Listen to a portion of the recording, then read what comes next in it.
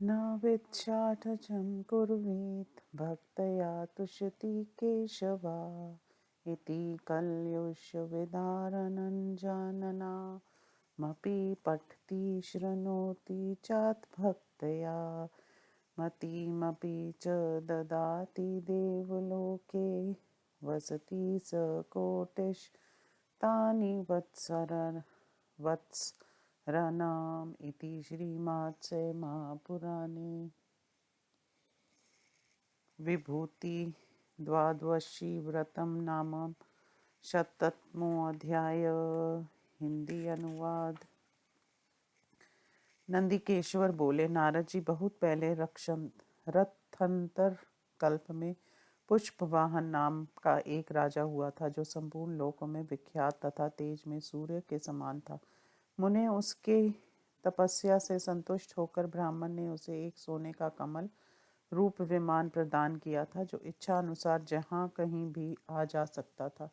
उसे पाकर उस समय राजा पुष्पवाहन अपने नगर एवं जनपद वासियों के साथ उस पर आरूढ़ होकर स्वेच्छानुसार देवलोकों तथा सातों द्वीपों में विचरण किया करता था। कल्प के आदि में पुष्कर निवासी उस पुष्पवाहन का 7वें द्वीप पर अधिकार था, इसलिए लोक में उसकी प्रतिष्ठा थी और आगे चलकर वह द्वीप पुष्कर द्वीप नाम से कहा जाने लगा। चूंकि देवेश्वर भगवान ब्राह्मण ने इसे कमल रूप एवं मान प्रदान किया था, इसलिए देवता एवं दानव उसे पुष्पवाहन कहा करते थे। तपस्या के प्रभाव से ब्रह्मा द्वारा प्रदत्त कमल रूप विमान पर आरूढ़ होने पर उसके लिए त्रिलोकी में भी कोई स्थान अगम्य न था। मुनिंद्र उसकी पत्नी का नाम लावण्यवती था। वह अनुपम सुंदरी थी तथा हजारों नारियों द्वारा चारों ओर से समादृत होती रहती थी।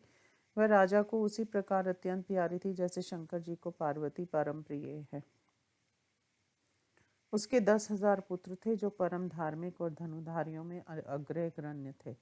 अपनी इस सारी विभूतियों पर बारंबार विचार कर राजा पुष्पवाहन विस्मय विमुग्ध हो जाता था। एक बार प्रचेता के पुत्र मुनिवर वाल्मीकि के राजा के यहाँ पधारे। उन्हें आया देख राजा ने उनसे इस प्रकार प्रश्न किया। राजा ने पूछा, मुनीन्द्र, किस कारण से मुझे ये देवों तथा मानवों द्वारा पूजनीय निर्मल विभूति तथा अपने सौंदर्य से समस्त देवगणों को पराजित कर देने वाली सुंदरी भार्या प्राप्त हुई है? मेरे थोड़े से तप से संतुष्ट होकर ब्राह्मण ने मुझे ऐसा कमल ग्रह क्यों प्रदान किया जिसमें अमात्य हाथी रथ मुंह और जनपद वासियों सहित यदि 100 करोड़ राजा बैठ जाएं तो वे जान नहीं पड़ते कि कहाँ चले गए। वह विमान भी आकाशगामी देवताओं द्वारा केवल चमकीले तारों से घिरे हुए चंद्रमा की भांति दिख पड़ता है।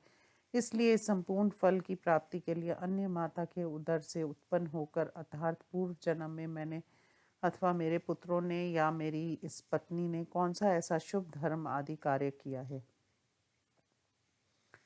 प्रचेत ये सारा का सारा विषय मुझे बतलाइए। तदंतर महर्षि वाल्मीकि राजा के इस आकस्मिक एवं अद्भुत प्रभाव पूर्ण वृत्तांत को जन्मांतर से संबंधित जानकर इस प्रकार कहने लगे।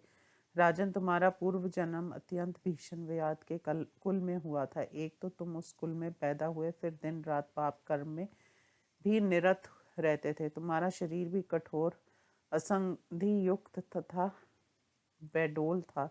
तुम्हारी त्वचा दुर्गंध युक्त और नख बहुत बड़े हुए थे, उससे दुर्गंध निकलती थी और वह बड़ा कुरूप था। उस जन्म में ना तो तुम्हारा कोई हितैषी मित्र था, ना पुत्र और भाई बंधु ही थे, ना पिता माता और बहन ही थी। भोपाल केवल तुम्हारे ये परम प्रियात्मा पत्नी ही तुम्हारी अभीष्ट परमानुकूल संगिनी थी। एक बार कभी बड़ी भयंकर अनावृष्टि हुई जिसके कारण अकाल पड़ गया। उस समय भूख से पीड़ित होकर तुम आहार की खोज में निकले, परंतु तुम्हें कोई जंगली कंद मूल फल आदि कुछ भी खाद्य वस्तु प्राप्त न हुई। इतने में ही तुम्हारी दृष्टि एक सरोवर पर पड़ी जो कमल समूह से मंडित ही था।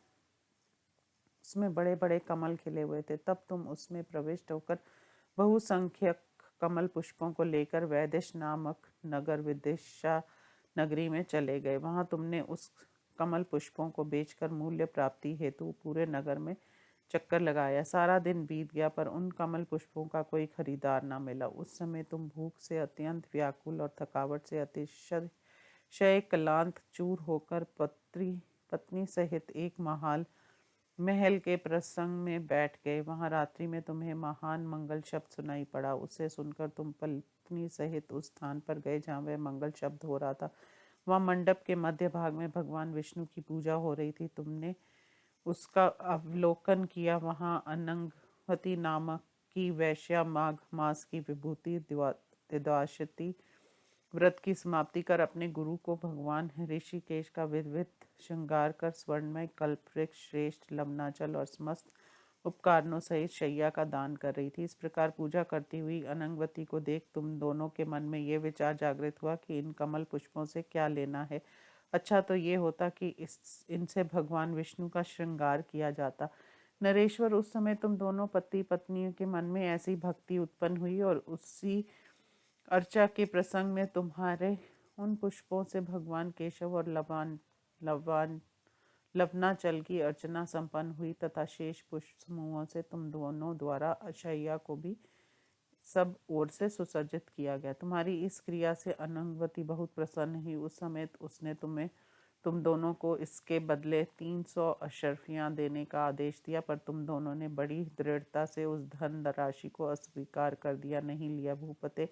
तब अनंगवती ने तुम्हें भक्ष्य भोज ले चौश 4 प्रकार का अन्न ला कर दिया और कहा इसे भोजन कीजिए, किंतु तुम दोनों ने उसका भी त्याग कर दिया और कहा वरार ने हम लोग कल भोजन कर लेंगे। दृढ़वती, हम दोनों जन्म से ही पाप परायण और कुकर्म करने वाले हैं, पर इस समय तुम्हारे उपवास के प्रसंग में हम दोनों को भी विशेष आनंद प्राप्त हो रहा है।